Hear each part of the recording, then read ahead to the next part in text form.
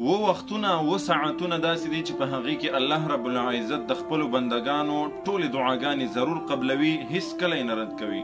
مسلمانانو ورونو، د نبی کریم صلی الله علیه وسلم د حدیثو مبارکونه دغه وختونه معلومیږي چې نبی کریم صلی الله علیه وسلم د دغه وختونو په باره کې فرمایي چې په دې کې د خپل رب نه دعاګانې غواړئ، په دې وختونو کې به الله رب العزت ستاسو دعاګانې هیڅ کله نه رد کوي، بلکې همیشه به انشاءالله قبلوي.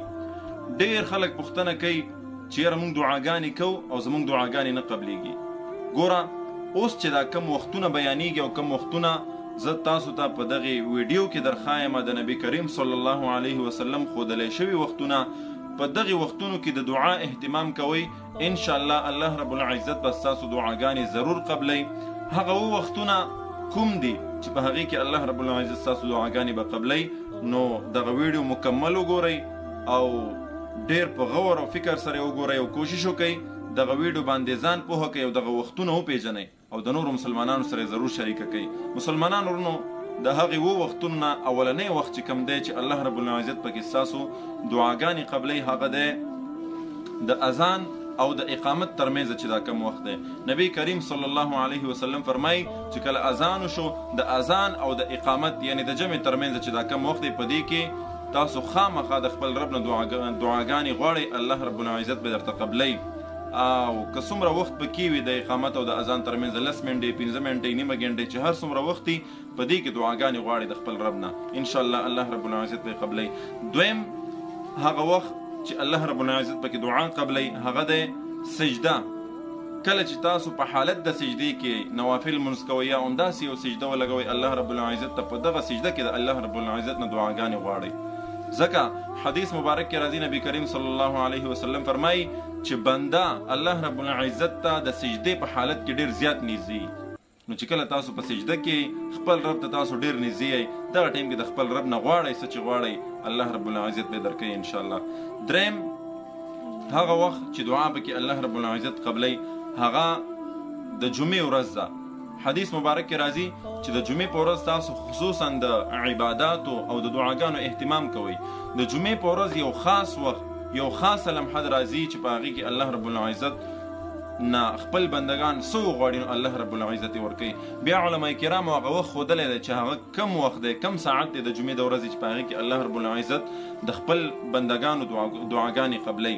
هغه وخت علما کرامو ښودلی دی مازدیګر د لمونځ نه واخله تر نور پرېوتو پورې دغه درمیان کې چې دا کم وخت دی، دغې باره کې علما کرامو لیکلي چې هغه خاص وخت چې دعا پکې قبلیږي هغه دغه وخت دی.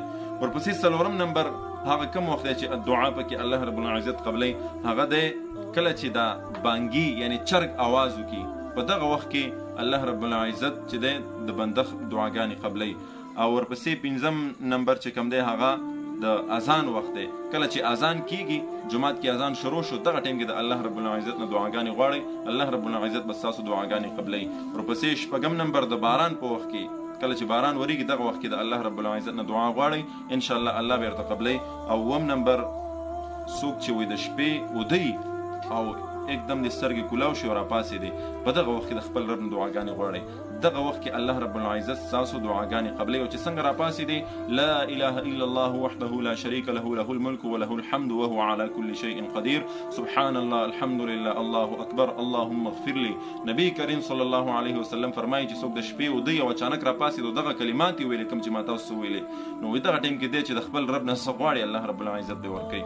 نو مسلمانانو ورونو، که غواړئ چې ستاسو دعاګانې قبولې شي، تاسو چې د خپل رب نه څه غواړئ او الله رب العزت یې ورته قبول کړي، ستاسو دعاګانې الله قبول کړي، ستاسو اواز الله رب العزت واوري او قبولی کې درته، نو د دغې وختونو اهتمام کوئ کوم چې ما تاسو بیان کړه. په دغې وختونو کې د خپل رب نه دعاګانې غواړئ. هر انسان، هر مسلمان محتاج دی، خامخا څه مشکل کې راګیر وي، په زړه باندې څه شرعي حاجات او څه ارمانونه، نو وختونه درته ما وښودل، د نبی کریم صلی الله علیه وسلم ښودلی شوي وختونه ما درته وښودل، په دغې باندې عمل کوئ او دغې وخت کې د الله رب العزت نه دعاګانې غواړئ. انشاءالله الله رب العزت به ستاسو دعاګانې قبلی، ستاسو ټول حاجات ضروریات به دا به پوره کوي انشاءالله د الله په فضل سره. امید ده انشاءالله چې ویډیو به تاسو کتلي، تاسو به پرې پوه شوي انشاءالله، او زما امید ده چې په دغې باندې به تاسو عمل هم کوئ. الله رب العزت په اول مال او بیا تاسو له د عمل کولو توفیق راکړي. د ثواب په نیت دغه پیغام د نورو مسلمانانو سره ضرور شیر کړئ. السلام علیکم.